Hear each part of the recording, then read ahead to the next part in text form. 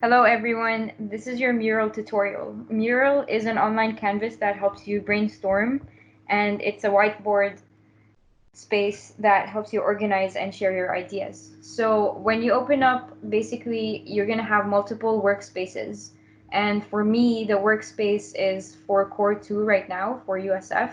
So if I double click on it, you will see a room that shares different and multiple whiteboards that the students organize their ideas on a daily basis. You can also title them and it will organize them through alphabetically, or you can just like change it from the newest to the oldest and whatnot. So I'm gonna show you how to create a new mural. Just click on this one. There are multiple templates that can help you create and organize your ideas, and you can pick through them. But for us, we want just a blank mural. Blank mural will help us, just like an empty wall that will help us pin up, and it will pop out this canvas that has its dimensions. And the way you change the title is you just double click on the untitled mural and you just write your title. Oops.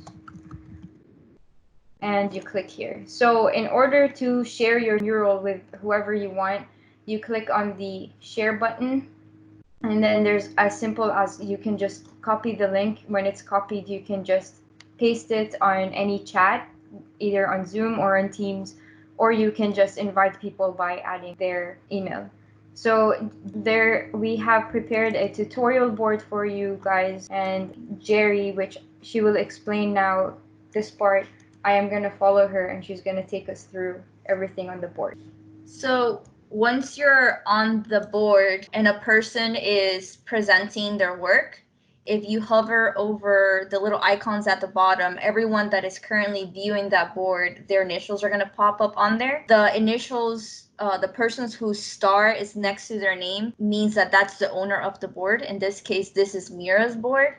And if I hover over and click follow Mira, my screen will follow everything that Mira is doing. So as she's presenting her project, I can follow along with the images that she's referring to and so on. You can also follow other people along. So as the jury members begin to offer feedback, you can hover over their initials as well, follow them, and then the presenter will be able to follow along the feedback of the jury member depending on what part of the board they want to talk about. A few simple things. First of all, the size of the board is not finite. If you hover over the edge of the board, you can make it bigger or smaller depending on how you want to design it. Also, for example, you can upload pictures. So if you go over to this menu, if you click on the images icon, you can simply add an image from your computer,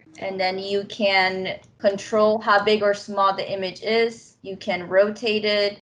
So from the screen share point of view, we are looking at how Jerri is also manipulating. So this is my board, but it also allows her to add images of her own, videos of her own, and it becomes more like a shared information between people.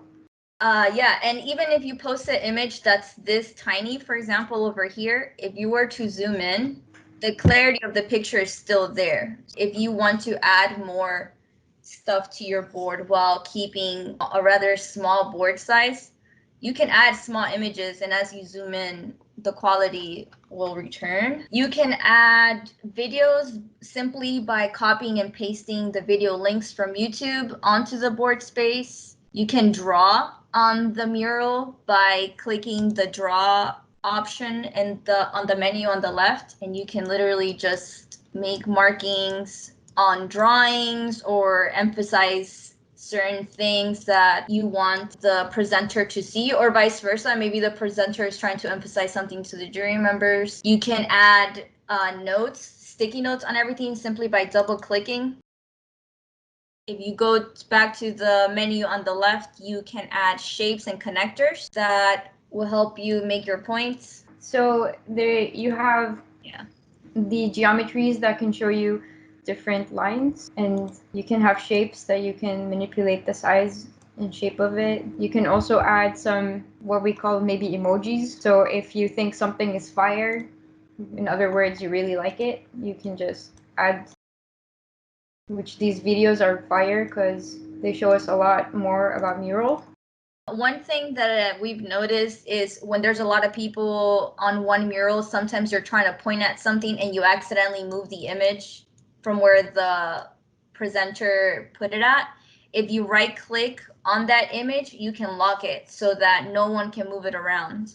Those are pretty much the basics. You know, you can export your board as a PDF on the top right corner if you wanted to share that with other people. I think as far as jury members, really the only thing they need to know is they need to have the link to the mural board and they need to know how to follow people at the bottom if they want to follow along what they're saying visually on their board. And that concludes our Mural tutorial. Yeah, if you guys want to know more, there's these handy dandy tutorials from the actual mural company.